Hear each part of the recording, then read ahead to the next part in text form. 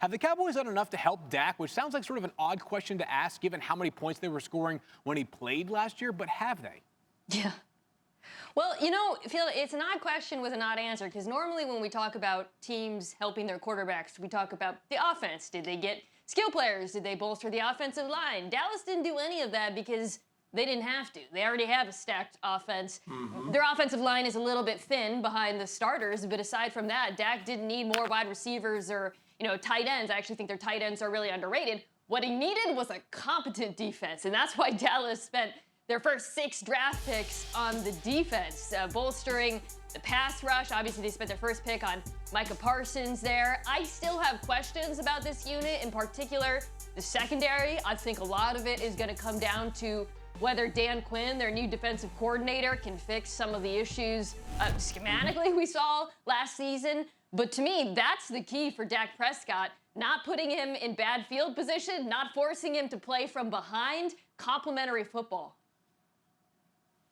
Mina is exactly right. I know so often we look at helping quarterbacks by let's get them all these weapons. Well, what weapons do you want to get Dak Prescott? Do you know how Jerry Jones actually helped Dak Prescott? He fought himself. He wasn't on his yacht thinking to himself, I need to jump up and get Kyle Pitts because I want to score more points. He went defense. He got the best defensive player in the draft in Micah Parsons. He also replaced Mike Nolan as the defensive coordinator with Dan Quinn, with superstar young secondary coach Joe Witt. Now you add Kelvin Joseph to the outside, Keanu Neal, KZ in the back end. And so now you have these veteran players to mix with some of these new young guys and edge rushers who get to play the way that they're supposed to and be exactly what we thought they would last year. I think this defense is much improved. And if Dak Prescott comes back in the way that we expect him to, in the way that he told me yesterday on a Zoom call with the NFLPA, if he's ready and if he's firing on all cylinders, this offense will be great. And if the defense can come in and do their part, this could be a team that wins the NFC East. Of course, a big part of the Cowboys is the health of Dak Prescott. We believe that we have Jeff Darlington back. So, Jeff, both quarterbacks, Dak Prescott and Joe Burrow,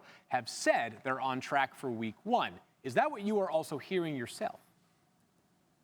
It is. By the way, Field, it's very awkward to know someone is talking to you on live TV and not be able to hear them. So sorry about that. Dak Prescott, though, much better off than me. He is full go. He is ready to roll. He has made that very clear. A severe ankle injury that he sustained last year, but he really truly believes that he is as close to 100% as he can expect to be. Now, he is already participating in OTAs with the Cowboys, does anticipate full go by training camp. So, it's been a pretty incredible offseason for Dak Prescott, but he believes that he will be the guy that he deserves, the guy that got paid. He thinks he can live up to those expectations, certainly through the health. He certainly did get paid, that much is for sure. Let's go to the other quarterback we've been discussing here, Ryan. I'll start with you on Joe Burrow. Did the Bengals do enough for Burrow this offseason?